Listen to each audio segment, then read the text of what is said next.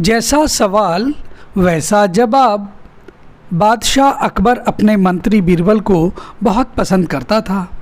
बीरबल की बुद्धि के आगे बड़े बड़ों की भी कुछ नहीं चल पाती थी। इसी कारण कुछ दरबारी बीरबल से जलते थे। वे बीरबल को मुसीबत में फंसाने के तरीके सोचते रहते थे।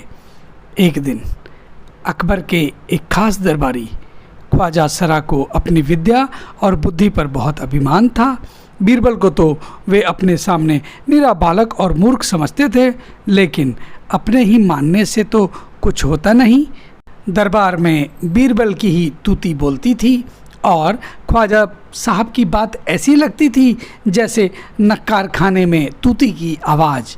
ख्वाजा साहब की चलती तो वे बीरबल को हिंदुस्तान से निकलवा देते, लेकिन निकलवाते कैसे? एक दिन ख्वाजा ने बीरबल को मूर्ख साबित करने के लिए बहुत सोच विचार कर कुछ मुश्किल प्रश्न सोच लिए।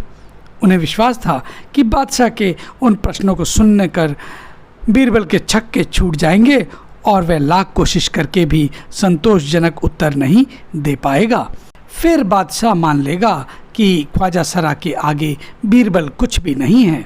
ख्वाजा साहब अचकन पगड़ी पहनकर दाढ़ी सहलाते हुए अकबर के दरबार के पास पहुँचे और सिर झुकाकर बोले, बीरबल बड़ा बुद्धिमान बनता है, आप भी उसकी लंबी चौड़ी बातों के धोखे में आ जाते हैं। मैं चाहता हूं कि आप मेरे 3 सवालों के जवाब पूछकर उसके दिमाग की जरा गहराई नाप लें। उस नकली अकल बहादुर की कलई खुल जाएगी। ख्वाजा के अनुरोध पर अकबर ने बीरबल को बुलाया और उनसे कहा, बीरबल, परम ज्ञानी ख्वाजा साहब तुमसे 3 प्रश्न पूछना चाहते हैं, क्या तुम उसके उत्तर दे सकोगे? बीरबल बोले, जहाँ पना जरूर दूंगा, खुशी से दूंगा। ख्वाजा साहब ने अपने 3 सवाल लेकर बादशाह को दे दिए। अकबर ने बीरबल से ख्वाजा का पहला प्रश्न पूछा, संसार का केंद्र कहाँ है? बीरबल ने तुरंत जमीन पर अपनी छड़ी गाड़कर उत्तर दिया, यही स्थान चारों ओर से दुनिया के बीचों बीच पड़ता है। यदि ख्वाजा साहब को विश्वास ना हो तो वे फीते से सारी दुनिया को नापकर दिखा दे कि मेरी बात गलत है।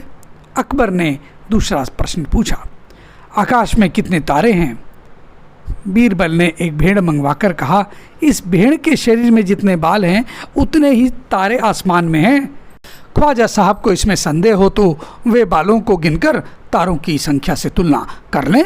अब अकबर ने तीसरा सवाल किया, संसार की आबादी कितनी है? बीरबल ने कहा, जहाँ पना संसार की आबादी पल पल घटती बढ़ती रहती है, क्योंकि हर पल लोगों का मरना और जीना लगा ही रहता है। इसलिए यदि सभी लोगों को एक जगह इकट्ठा किया जाए तभी उनको गिनकर ठीक ठीक संख्या बताई जा सकती है। बादशाह तो बीरबल के उत्तरों से संतुष्ट हो गया, लेकिन ख्वाजा साहब नाक भौं सिकोड़ कर बोले, ऐसे गोल मोल जवाबों से काम नहीं चलेगा जनाब। बीरबल बोले, ऐसे सवालों के ऐसे ही जवाब होते हैं, पहले मेरे जवाबों को गलत साबित कीजिए तब आगे बढ़िए। ख्वाजा साहब से फिर कुछ बोलते नहीं बना। तो दोस्तों, ये थी अकबर, बीरबल और उनके दरबार की हाजिर जवाबी की एक कहानी, जैसा सवाल वैसा जवाब। आपको ये कहानी कैसी लगी कृपया कमेंट करके बताएं, और अगर ये कहानी पसंद आई हो तो इसे लाइक करें, अधिक से अधिक शेयर करें और कृपया हमारे इस चैनल को भी सब्सक्राइब करना ना भूलें। नमस्कार।